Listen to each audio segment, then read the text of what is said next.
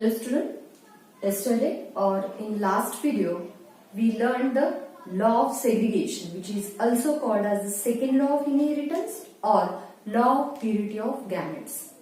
That totally depends over the monohybrid cross. In some last videos we have seen the terminologies related with this chapter, that is inheritance and variation. Many terminologies we learned, that homozygous, heterozygous, phenotype, genotype, that character, trait, factor, gene, that next the monohybrid cross, the hybrid cross.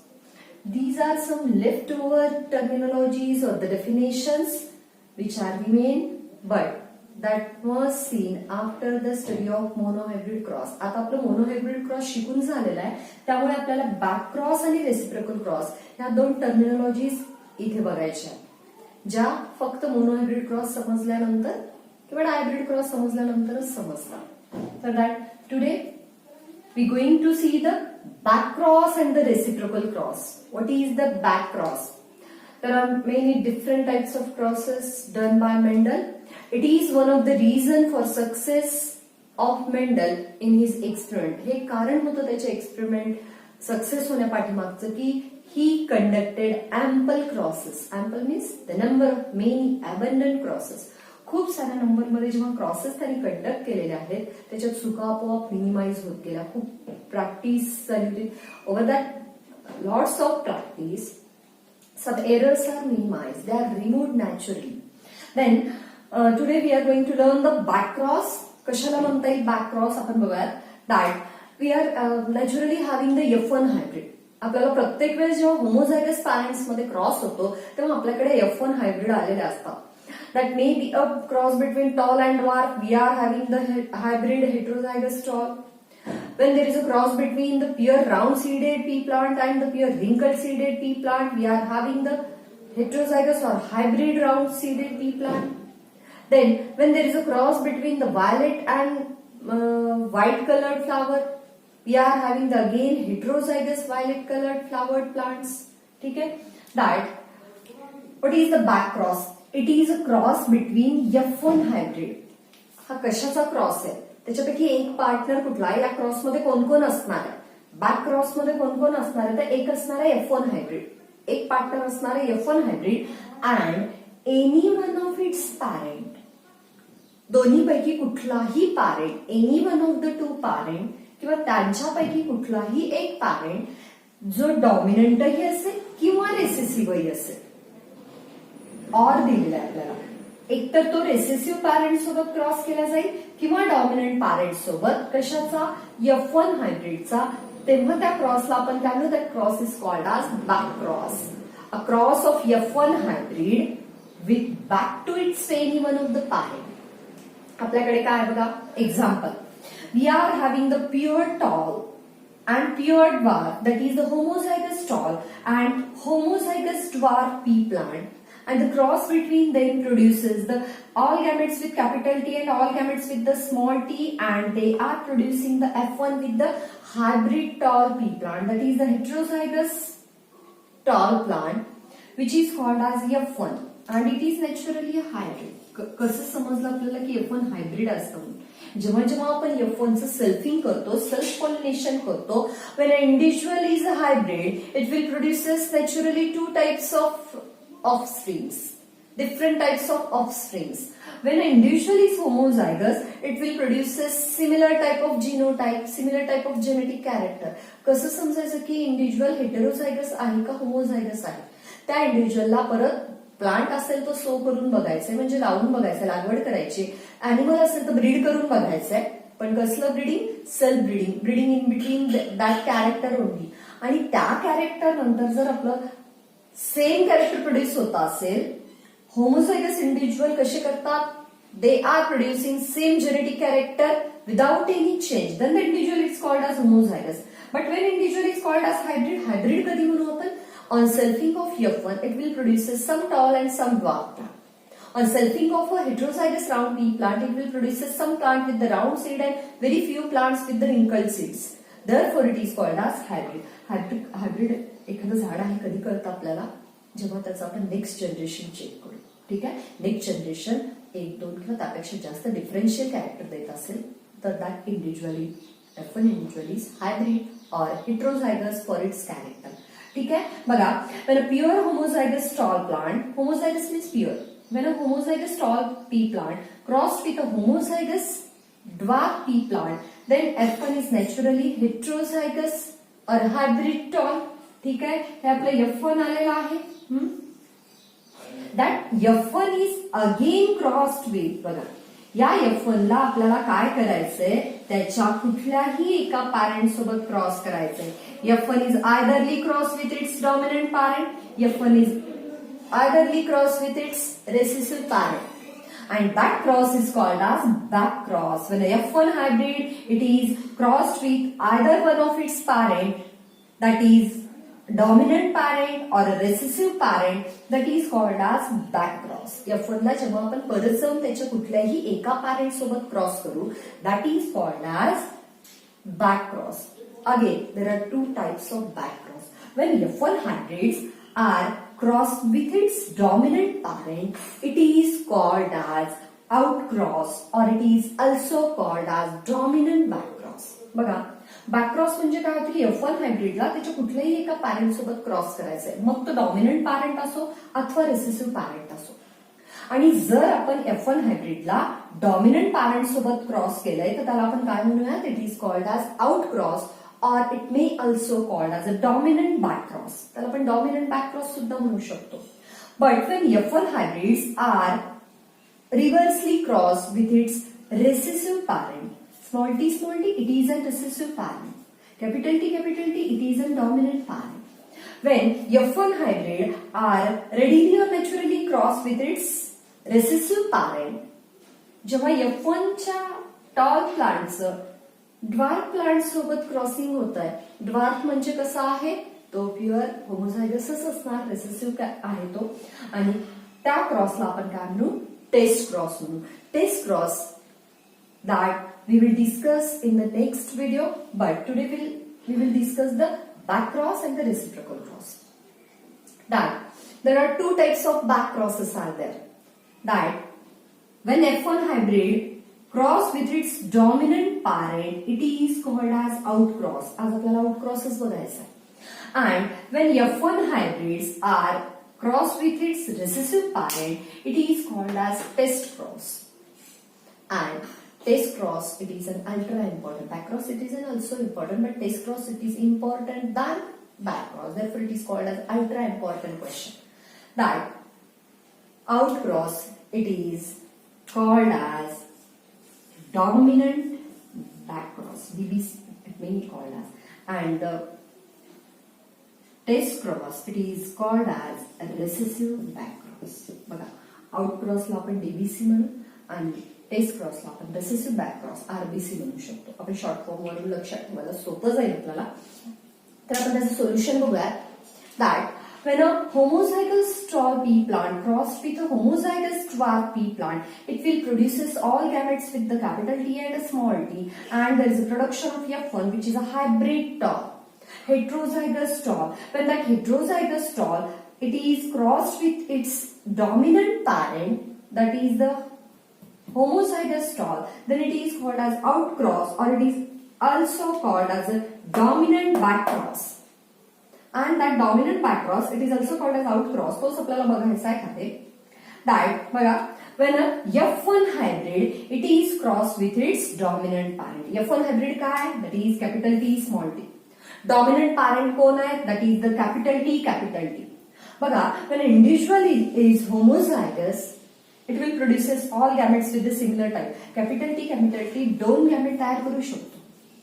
But both are same. Therefore, for the consideration, we are taking only one. त्यामुळं जेव्हा F1 हायब्रिडचा त्याच्या dominant parent सोबत cross होतो and F1 is hybrid, heterozygous, therefore it will produces some gametes with the capital T, some gametes with the small t. It will produces the two types of gamete in a 50-50%, and a dominant parent, it is homozygous, therefore it will produces the two types of gametes, but they are same. Therefore, for the consideration, we are taking only one. बघा, F1 चे दोन gametes पडताय कारण F1 heterozygous आहे.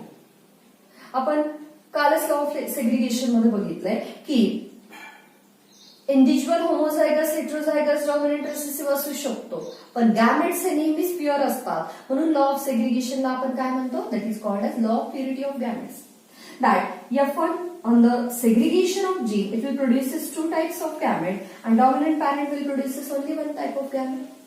इकडे आपण कुठल्याही एकाला mail gamete म्हणून कन्सिडर केलं आणि एकाला फिमेल गॅमेट म्हणून कन्सिडर केलं. एका पॅरेंटला होमोझायगस टॉल प्लांटचे आपण एग्स घेतले, त्याच्यावर आपण डस्ट केले, आणि या हेट्रोझायगस पी प्लांट आपण याची टोटल प्रोसिजर बघूया कसं केलं जातंय. की एक टॉल आणि ड्वार्फ पी प्लांट आहे, त्यांच्यामध्ये क्रॉस पॉलिनेशन घडवून आणलं. कुठल्या तरी एका पॅरेंटवर फुलं गळून गेल्यानंतर शेंगा येतील, त्या शेंगाच्या वाटाने कलेक्ट करायचे, नंतर ते सोईंग करायचे, लावायचे. झाडं येतील जे सगळे कसे असतील, टॉल असतील. मग त्या टॉल झाडांच्या फुलामध्ये आपल्याला प्युअर टॉल पी प्लांटचे पोलर ग्रेन डस्ट करायचे, किंवा या हेट्रोझायगस टॉल पी प्लांटचे pollen grain pure tall pea प्लांटच्या झाडावर डस्ट करायचे. आयदर दोन्हीपैकी कुठलीही एक प्रोसिजर करायची आपल्याला. आता बघा, that F1 will produces two types of gametes, capital T, small t, and that dominant parent will produces all gametes with the capital T. Therefore, there is a production of individual with the capital T and capital T small t. जर आपण हे दोन gametes घेऊ तर आपल्याला 4 individual मिळतील, पण same type मध्ये. that capital T homozygous straw, capital T small t, that is the heterozygous straw, but both are tall. बघा, जेव्हा आपण F1 चं डॉमिनंट पॅरेंट सोबत क्रॉस करू, रिझल्टंट ऑफ स्प्रिंग्स काय असतील, that all resultant offsprings are with the tall height. आपल्याला ते पाहिल्यानंतर ओळखू येणार नाहीत त्याचे genotype. Therefore that phenotypic ratio काय असेल, ऑल 100% टॉल. आपण याला रेशो मध्ये कॅल्क्युलेट नाही करू शकत, तर दॅट 100% टॉल इज देअर. पण जिनोटिपिक रेशो काय असतील, one is having capital T, another is having capital T small T. Phenotypic extra ratio काय असेल, 100% टॉल. आपण असं गार्डन मध्ये फिरवतो, आपल्याला एक बटारचं प्लांट दिसतंय जे टॉल आहे, त्याचं जिनोटाइप आपल्याला माहित करून घ्यायचं असेल तर आपल्याला डॉमिनंट पॅरेंट सोबत क्रॉस करून नाही जमणार. त्या टॉल प्लांटचा आपल्याला पुन्हा टॉल प्लांट सोबत जर क्रॉस केला आपण, ते टॉल प्लांट कुठलंही असो, पण त्याचं जर ते टॉल प्लांट होमोझायगस असेल, आपल्याला गार्डन मध्ये भेटलेलं प्लांट टोटल कॅपिटल टीचं असेल, आणि जर डॉमिनंट पॅरेंट सोबतच क्रॉस केला capital T, all offsprings are with the again tallness. आणि जर आपल्याला भेटलेलं प्लांट हेट्रोझायगस असेल कॅपिटल टी स्मॉल टीचं, आणि तरीही जरी त्याचा आपण डॉमिनंट पॅरेंट सोबत क्रॉस केला, तरीही रिझल्ट काय येईल आपला, that is the capital T small T, all plants are tall. Therefore, we can't decide genotype of that unknown plant. आपल्याला त्या प्लांटचं जिनोटाइप माहित करून घेता येणार नाही. कुठल्या क्रॉसनी, आउट क्रॉसनी. मग आउट क्रॉसचा उपयोग काय, कशाला करायचा आउट क्रॉस, किंवा डॉमिनंट बॅक क्रॉस कशाला करायचा, किंवा बॅक क्रॉस कशाला करायचा. That it is used in breeding programme. Animal breeding मध्ये युज केलं जातं. जर सपोज एखादं बफेलो असेल, एखादं काऊ असेल with the high milk production, then जर आपल्याला तेच टाईप पुढे ते सेम जेनेटिक कॅरेक्टर प्रोड्यूस करता येत असतील, तर आपल्याला माहित आहे की जेव्हा आपण प्युअर इनब्रीडिंग करतो, त्यातल्या त्यातच क्रॉस करतो त्याच प्रजातीमध्ये, तर प्रोजेनीज वीक होण्याची शक्यता असते. म्हणून F1 मिळवायचं कधी, एक well strong bull when it is mated with the high milk yielding cow, then there is a production of that female. जर असेल, एक काऊ जन्माला आली आणि तिची मिल्क यील्डिंग प्रोडक्शन आपल्याला वरचेवर तशाच काऊ जर पाहिजे असतील, तर त्या F1 प्रोजेनीचा आपल्याला त्याच्या डॉमिनंट पॅरेंट सोबत काय करावं लागेल, क्रॉस करावं लागेल. देन दॅट ब्रीडिंग किंवा अॅनिमल ब्रीडिंग मध्ये, प्लांट ब्रीडिंग मध्ये back cross, out cross use केले जातात. अगेन हॉर्टिकल्चर आपण म्हणू फुलं, फळं, भाज्या लावण्याचे जे काय सायन्स आहे, the science in which there is a study of flower and vegetables, that horticulture मध्ये आपल्याला यूज करता येतो back cross, out cross, and it is used to produce the homozygous traits. When you want the homozygous trait, आपल्याला खरं जर tall इथे tallness आहे, पण एखादं कॅरेक्टर जे डॉमिनंट आहे, पण जे वरच्यावर आपल्याला हवंय आणि चांगलं आहे, when we are having the desired variety with the dominant character again, therefore to produce the homozygous traits, we can use the आउटक्रॉस. म्हणजे F1 ला पुन्हा जर डॉमिनंट पॅरेंट सोबत क्रॉस करून आपल्याला डिझायर्ड व्हरायटी मिळत असतील, F1 सोबत क्रॉस करून F1 चा क्रॉस डॉमिनंट पॅरेंट सोबत केला आणि हा डॉमिनंट कॅरेक्टर चांगला आहे, F1 चे मँगोज चांगले आहेत कलरला आणि स्वीटनेस साठी, आणि तसं जो डॉमिनंट पॅरेंट होता तो साईजनी मोठा आहे, कलरही चांगला आहे आणि कसा आहे की डिसीज रेजिस्टंट कॅपॅसिटी फक्त लो. पण आपल्याला पुन्हा जर त्याचे डॉमिनंट पॅरेंट सारखेच जर इंडिव्हिज्युअल पाहिजे असतील तर we can go through the outcross. आपल्याला आउटक्रॉस वापरता येईल. Again we will revise it. What is back cross? It is cross between F1 hybrid, एक पॅरेंट कोण आहे F1 hybrid, and any one of its parent, either of the two parents, त्यांच्या दोन्ही parents पैकी एक कुठलाही पॅरेंट आणि F1 याचा जर क्रॉस केलाय तर आपण त्याला काय म्हणू? That is called as dominant back cross और इट इज आउट क्रॉस. तर त्याला सिम्पली बॅक क्रॉस आपण म्हणू. बघा, दोन्ही प्रकारच्यांना बॅक क्रॉस म्हणतो आपण, पण रेसेसिव्ह पॅरेंट सोबत केला तर त्याला टेस्ट क्रॉस म्हणून आपण काय म्हणता येईल? That every back cross is recessive back cross, dominant back cross it is back cross. That every test cross is back cross. प्रत्येक रेसेसिव्ह बॅक क्रॉस हा बॅक क्रॉस असतोच, but every back cross is not test cross. काही dominant back cross असतात, काही recessive back cross असतात, त्यामुळे सगळे काय टेस्ट क्रॉस नसतात, पण प्रत्येक क्रॉस हा बॅक क्रॉस असतो याच्यामधला. That cross between F1 hybrid with either the dominant parent or the recessive parent, it is called as back cross. When F1 hybrid are crossed with its dominant parent, it is called as outcross or dominant back cross. And when F1 hybrid are again crossed with its recessive parent, it is called as recessive back cross or test cross. Okay? When F1 hybrid are crossed with their dominant parent will produces all the gametes with capital T. And recessive, that F1 hybrid produces two types of gamete, and the phenotypic ratio is 100% tall. Genotypic ratio is 1:1. That is capital T and capital T small t. What is the use of back cross? Outcross are used at? It is used in horticulture, animal breeding and the plant breeding programs. And it is used to introduce the desired traits with the homozygous condition in the next generation. आपण पुढच्या काही generation मध्ये आपल्याला desired trait dominant parent सारखीच पाहिजे असतील तर ते इंट्रोड्यूस करण्यासाठी आपण काय वापरू शकतो? हा आउटक्रॉस वापरू शकतो. नेक्स्ट आपण बघूया that is the reciprocal cross. What is the reciprocal cross? That Mendel naturally conduct the experiments with the tall plant with the male parent, tall plant considered as a male parent and dwarf plant considered as a female parent. That reciprocal cross कशाला म्हणू आपण? It is the cross in which sex of parent is reversed. Naturally Mendel monohybrid cross मध्ये मेंडलनी काय केलेलं की tall प्लांटला male parent म्हणून select केलं, म्हणजे टॉल प्लांटचे अँथर्स यूज केले, पोलन ग्रेन्स यूज केले, अँड ड्वार्फ प्लांटचे एग्ज यूज केले, स्टिग्मा यूज केला. ड्वार्फ प्लांटच्या स्टिग्मावर टॉल प्लांटचे पोलन ग्रेन डस्ट केले, and as a result we are getting F1 that is with all hybrid tall. हे कसे होते? Hybrid tall. ठीक आहे. That and Mendel thought that F1 is again tall.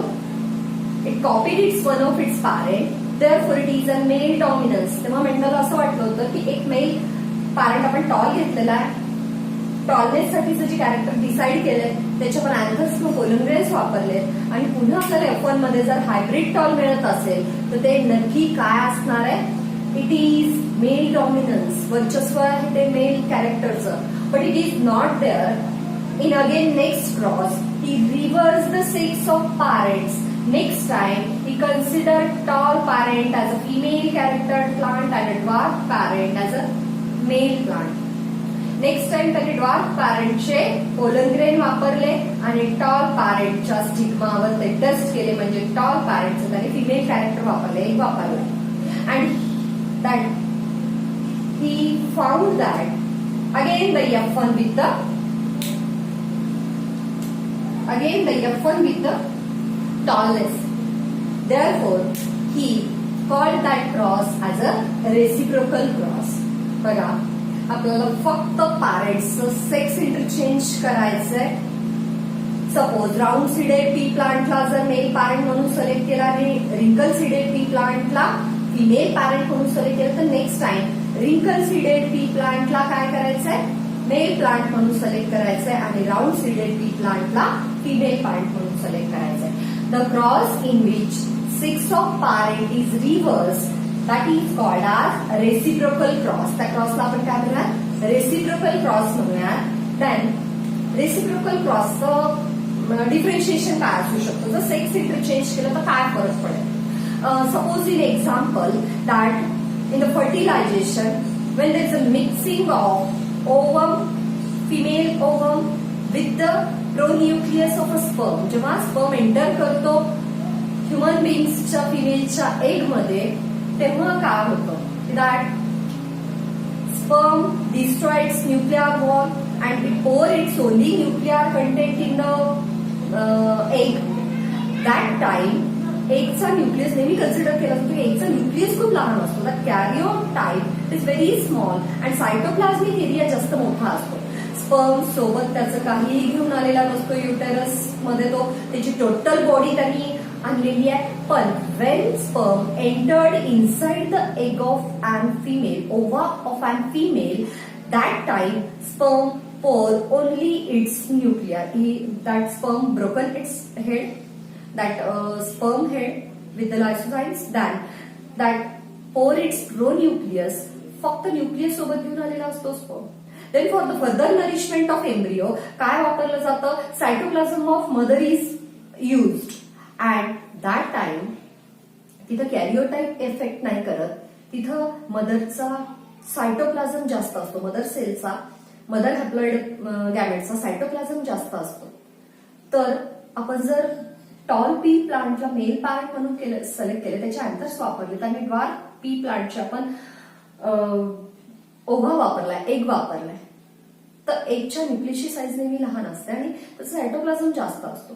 तर त्याच्या सायटोप्लाझम मध्ये जे काही डीएनए असतील, मायटोकॉन्ड्रियल डीएनए, तर त्याचा फरक पडेल तेव्हा थोडाफार. पण कॅरिओटाइप म्हणजे न्यूक्लिअर कॅरेक्टर इफेक्ट नाही. जरी आपण रेसिप्रोकल क्रॉस मध्ये पॅरेंट जर चेंज केले तर सायटोप्लाझ्मिक इनहेरिटन्स किंवा मॅटर्नल इनहेरिटन्सवर फरक पडेल, पण न्यूक्लिअर इनहेरिटन्सवर फरक नाही पडणार, न्यूक्लिअर कॅरेक्टरवर फरक नाही पडणार. मग ते ह्युमन बिंगच्या केसमध्ये असो किंवा प्लांटच्या केसमध्ये असो, बघा, it affect the maternal inheritance. Maternal inheritance affect होतो. जर आपण मेल फिमेल पॅरेंट चेंज केले तर आपल्याला दिसून येईल की जसं स्पर्म एगच्या सेलमधलं सगळं सायटोप्लाझम वापरतोय, मायटोकॉन्ड्रिया वापरतो, श्वास आपल्याला आपला श्वासाचं जे कॅरेक्टर, रेस्पिरेटरी कॅरेक्टर आहे ते मदरकडून मिळतं आपल्याला, कारण फादरकडून फक्त हॅप्लॉइड जेनेटिक कॉन्स्टिट्यूशन मिळालेलं असतं. त्यामुळं जर सेक्स इंटरचेंज केल्या ऑर्गॅनिझम मध्ये तर that time only maternal inheritance किंवा सायटोप्लाझमिक इनहेरिटन्स अफेक्ट करतं. Mother dwarf parent female parent म्हणून सिलेक्ट केले पहिल्या वेळेस, तर ड्वार्फनेसचा सायटोप्लाझम जास्त जाईल, नेक्स्ट टाइम टॉलनेसचा सायटोप्लाझम जास्त जाईल. पण न्यूक्लिअर कॅरेक्टर हे अफेक्ट होत नाही. ऑफस्प्रिंग्स जशाला तसेच राहतील, त्यांचे जिनोटाइप जशाला तसं राहील, त्यांच्या कॅरेक्टरमध्ये खूप काही बदल पडणार नाही, ओनली some 0.% मध्ये. तर that is the reciprocal cross. It is a cross in which sex of parent is रिव्हर्स्ड. Any कुठलाही क्रॉस असो जेव्हा पॅरेंटचं सेक्स इंटरचेंज केलं जातं, रिव्हर्स केलं जातं, that time it is called as reciprocal cross. या डेफिनेशन आपल्या टर्मिनॉलॉजीज मध्ये बघायच्या राहिल्या होत्या. आपण टोटल क्रॉस सेट बघितलेले आहेत. याचा कुठलाही एक क्रॉस तुम्ही सोडवू शकता. ऍज अ होमवर्क तुम्ही हे सोडवा. That it is the F1 of round and it is crossed with its dominant parent. Again the ratio, phenotypic ratio 100% round seeded plant येतं आणि genotypic ratio असा येतो त्याचा, capital R capital R capital R small. तर back cross म्हटल्यानंतर F1 हायब्रिडचा कुठल्याही एका पॅरेंट सोबत क्रॉस करून, that is the back cross. Either dominant parent सोबत क्रॉस केला तर त्याला आउट क्रॉस म्हणू किंवा डॉमिनंट बॅक क्रॉस म्हणू. आणि जर रेसेसिव्ह पॅरेंट सोबत जर क्रॉस केला त्याला टेस्ट क्रॉस किंवा रेसेसिव्ह बॅक क्रॉस म्हणू. There are 2 types of back cross, out cross and test cross. That out cross it is also called as dominant back cross, जो आपण पाहिलेला आहे. आणि याचे रिझल्ट्स येतात phenotypic ratio with 100% genotypic ratio with the 2 genotype, capital T and capital T small t. and that process are used in breeding programs. That process are used to insert the desired type of traits with the homozygous condition. Okay, that in next video we will discuss about the test crosses. Therefore, please revise this dominant back cross or out crosses with some examples. that तुम्हाला काही examples इथं मी दिलेला आहे ते एक example करा आणि आपले जे 7 कॉन्ट्रास्टिंग ट्रेट आहेत त्यापैकी एक्झाम्पल ट्राय करा, त्याचे F1 काढा, त्यांच्या डॉमिनंट पॅरेंट सोबत सगळे 7ही कॉन्ट्रास्टिंग ट्रेटचे क्रॉस करा. ठीक आहे. Please like and share my videos and subscribe for my YouTube channel. Thank you.